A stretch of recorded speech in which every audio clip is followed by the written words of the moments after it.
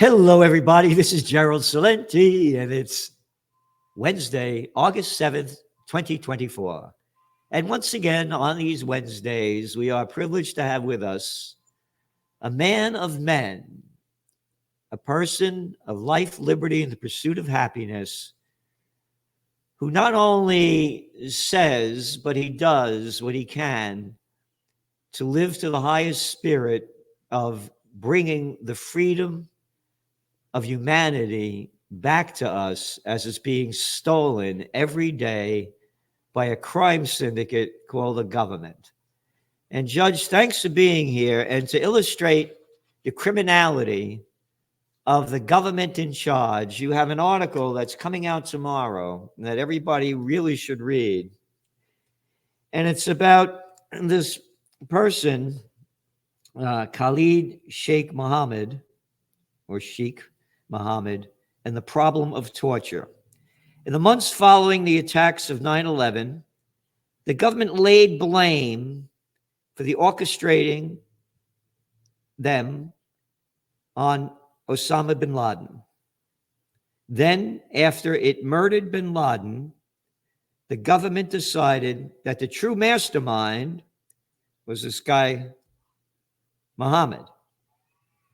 You go on to say, by the time of bin Laden's death, Mohammed had already been tortured by CIA agents for 3 years at various black sites and charged with conspiracy to commit mass murder, to be tried before an American military tribunal at Guantanamo Bay, Cuba. This was the brainchild of Alberto Gonzales, who was at the time White House counsel and eventually became Attorney General under George W. Bush, and the brainchild of South Carolina Senator Lindsey Graham. Put them in Gitmo. The federal laws don't apply. The Constitution doesn't apply. It's Cuba. And best of all, those pesky federal judges can't reach you. Well, that turned out to be wrong because the Supreme Court ruled that wherever the government goes, the Constitution goes with it. And since the government has a 99-year lease on Gitmo, a lease that it has already extended, even though the lessee, the Cuban government, has told them to leave and the feds are not leaving, it's the functional equivalent of American land, and therefore the Constitution does apply. Then they realized, well, wait a minute, we charged them with conspiracy. Conspiracy is not a war crime, and military tribunals can't try people for conspiracy.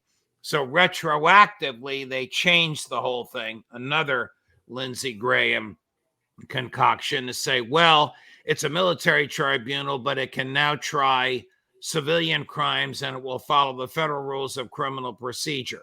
Well, if that's the case, Barack Obama said, let's move them to a real federal court. This is one thing I agree with Obama on. And it won't take 20 years to try them. The federal courts will try them right away. And they'll either be acquitted and sent home, or convicted and executed, or convicted and sent to Supermax in Florence, Colorado.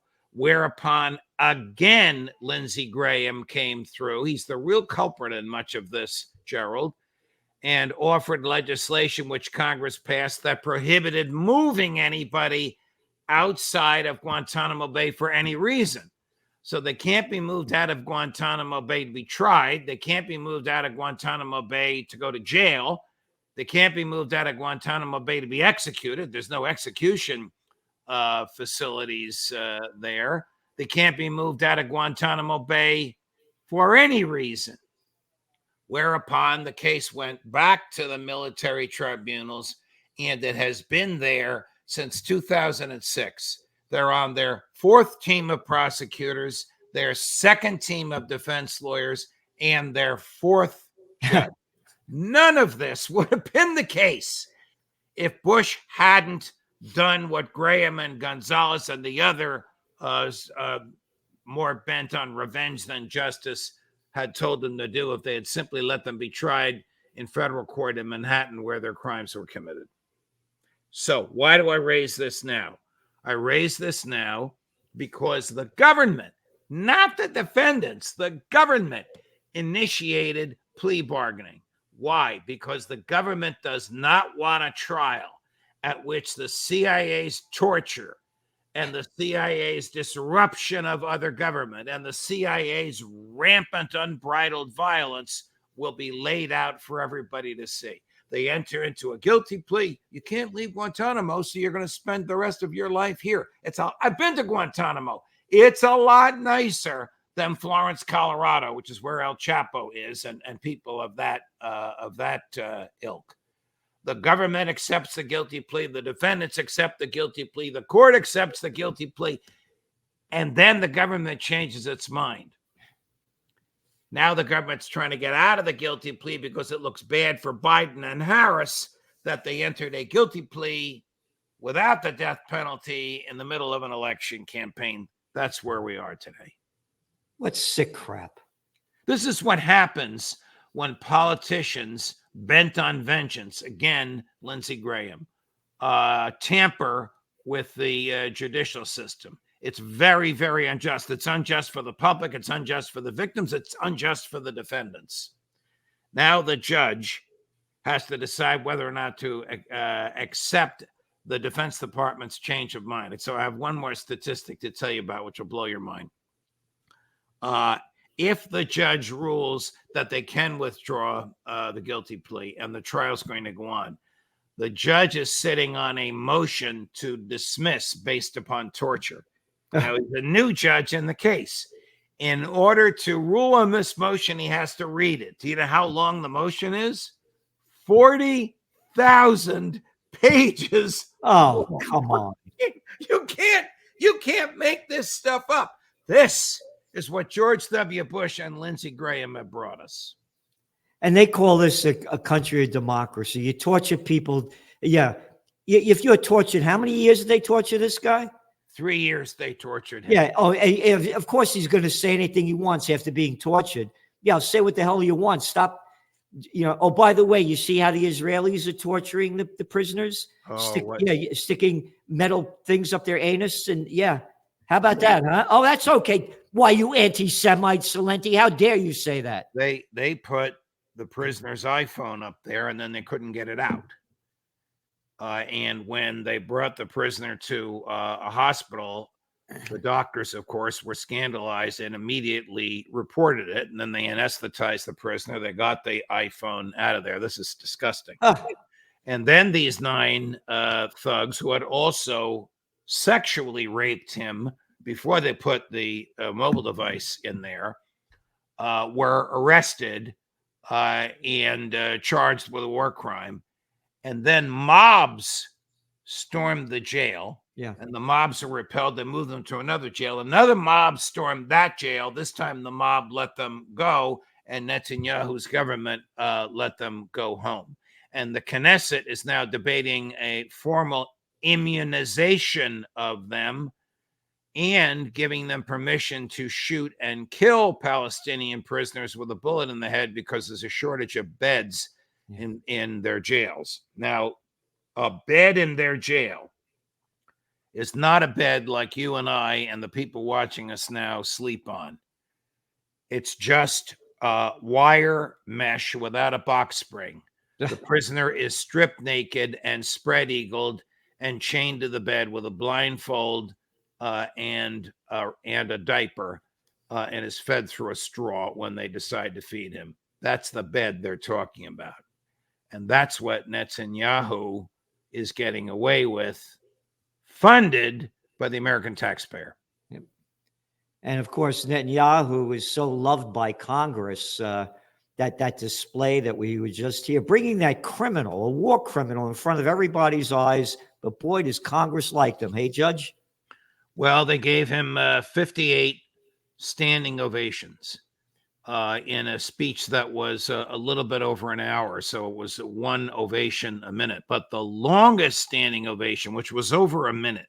Now, try standing and clapping for a minute. It's a little uncomfortable. However, they gave him the wildest standing ovation when he condemned the demonstrators outside the Capitol building for their exercise of the freedom of speech. So you have members of the House of Representatives and the Senate. Every one of whom has taken the same oath I did to preserve, protect, and defend the Constitution, which includes the First Amendment, applauding a murderer, a genocidal maniac, for condemning Americans, some of whom are friends of ours, like Max Blumenthal and Colonel Lawrence Wilkerson, were right outside the Capitol as Netanyahu was condemning them, condemning Americans for exercising the quintessential American right, the freedom of speech. And Congress applauded him for that. As Scott Ritter says, hey, Judge, what do you expect? That audience was bought and paid for. Well, look what just happened over, what was that election? Where was it that the woman just lost the primary? Oh, St. Louis. Yeah. How many millions did they spend to defeat her?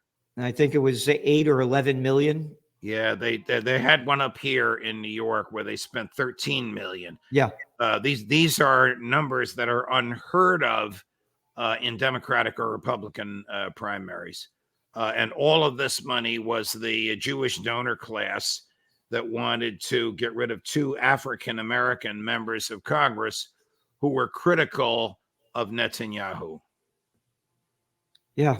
I mean, this is so sad what's happened to this country.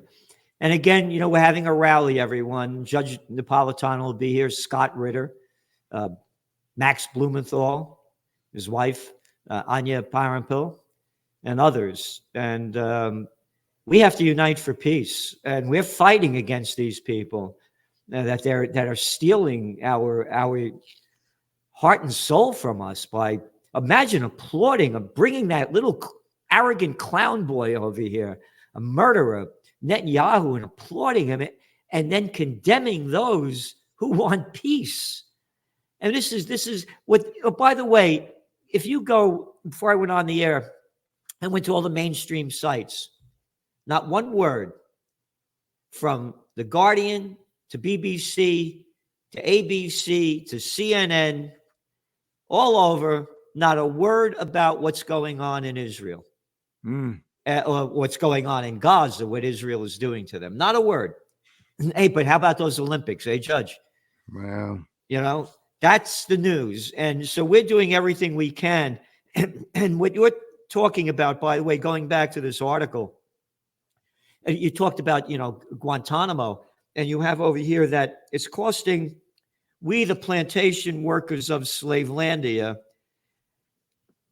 $540 million annually to keep this jail going in a country that we have no business being in. And you mentioned here, I'll never forget this. You said that President Barack Obama wanted to close Gitmo. I'll never forget his first day when he took office, and they have him, sitting there, and he's signing.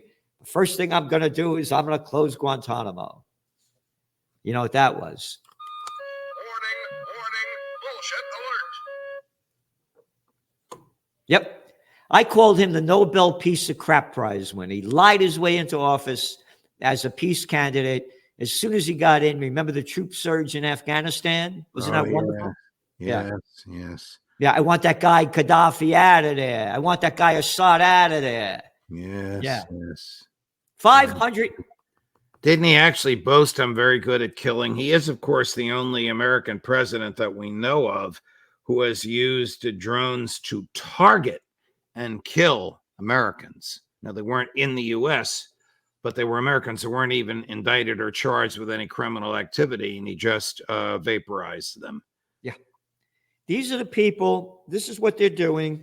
And if everybody out, people say to me, there are a lot of people now that are very upset. And they go, what could I do? I said, well, do something. What are you, 6 years old? Whatever you want to do something positive to change this in any way you want. But do something.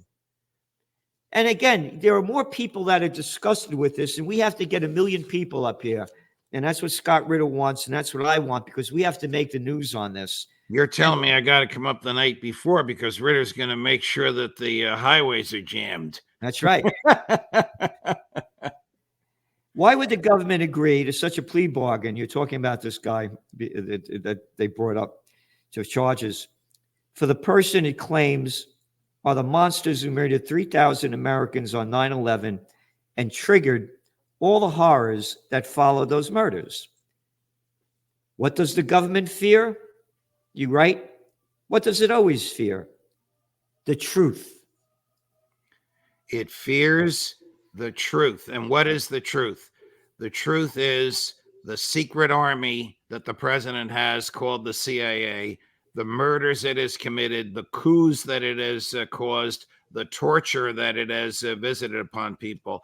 The defendants have all of that, and they're going to introduce all of that. That's why the government itself, not the defendants, instigated the plea negotiations, because the government lawyers told their bosses in the Department of Defense and the Department of Justice, we can't try this case without all this stuff coming out. And some of us refused to try it because in the states where we are licensed to practice law, we cannot defend torture or we lose our licenses. So the government really has a hot potato on its hands because of George W. Bush and the torture regime. I don't think that Secretary of Defense Austin, when he attempted to withdraw the guilty plea, and again, the judge hasn't ruled yet if that withdrawal is effective, had a grasp on all of this. And he may not care because he's only concerned about what happens in the next 90 days between now and Election Day.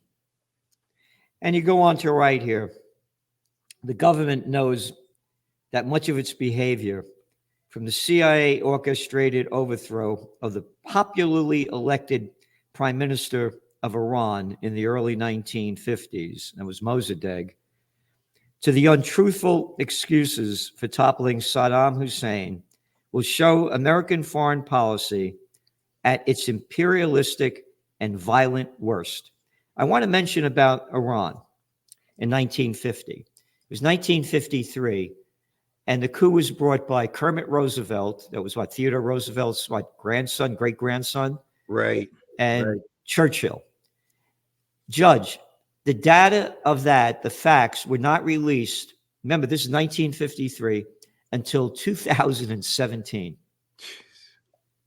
The only newspaper, and you, one of the people that subscribe to it as I do, that reported on this, none of the American news did, only the Financial Times, about how Churchill basically said that we want that oil.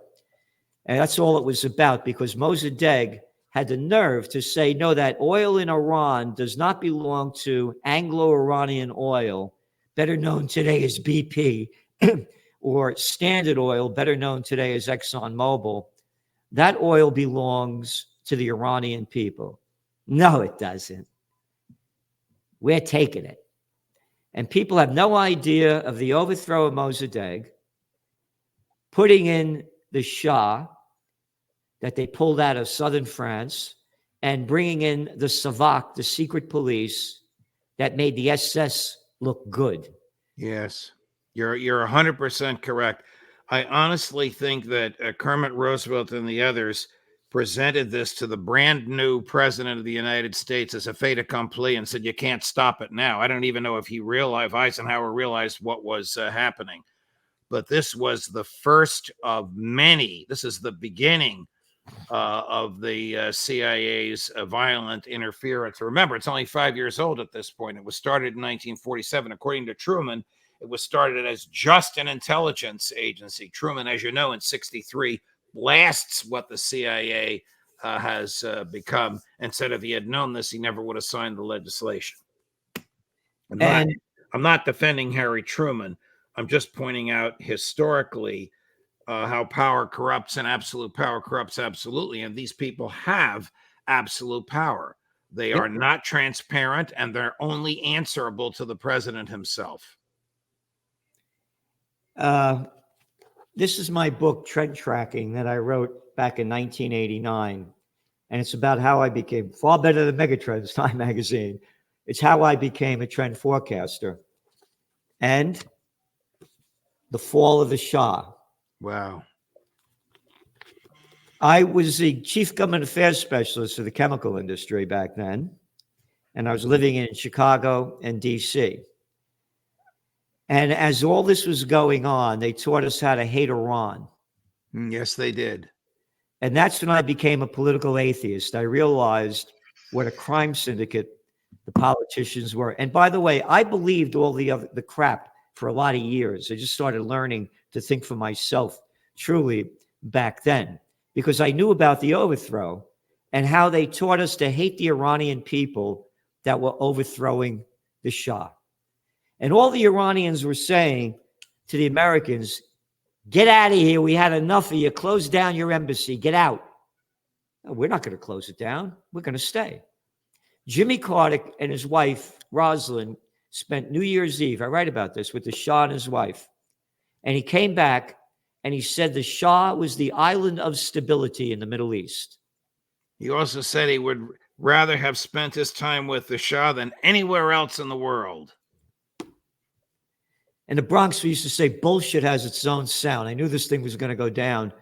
And that's when I became a trend forecaster. You know what I did? I said, I bet oil and gold prices are going to go up as this revolution escalates. And I started playing the futures market. And that's when I made enough money to quit my job. But that changed my thinking on how to think for yourself. And that's what everybody has to do right now.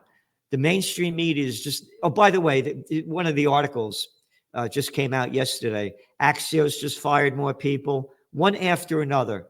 All of the media is going down to nothing. All they're doing is repeating the same stuff on a different line. So we're giving you everything we can with the Trends Journal to give you the truth in trends. And Judge Napolitano, with his Judging Freedom site that everybody has to go to if you want to really know the truth of what's going on from the people that really know what's going on. And the list is there for everybody to see. Please go to his site.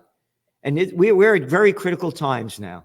So please join us on September 28th at the Four Corners of Freedom, John and Crown Street in Kingston, New York. Go to occupypeace.com, occupypeace.com. And again, go to judgingfreedom.com, because they're taking it away from us. And the judge is showing you in every way what they're doing and what we can do to stop it. Thank you so much for being here, Judge. It's a pleasure, my dear friend. All the best. Until next Wednesday. Thank you. Bye-bye.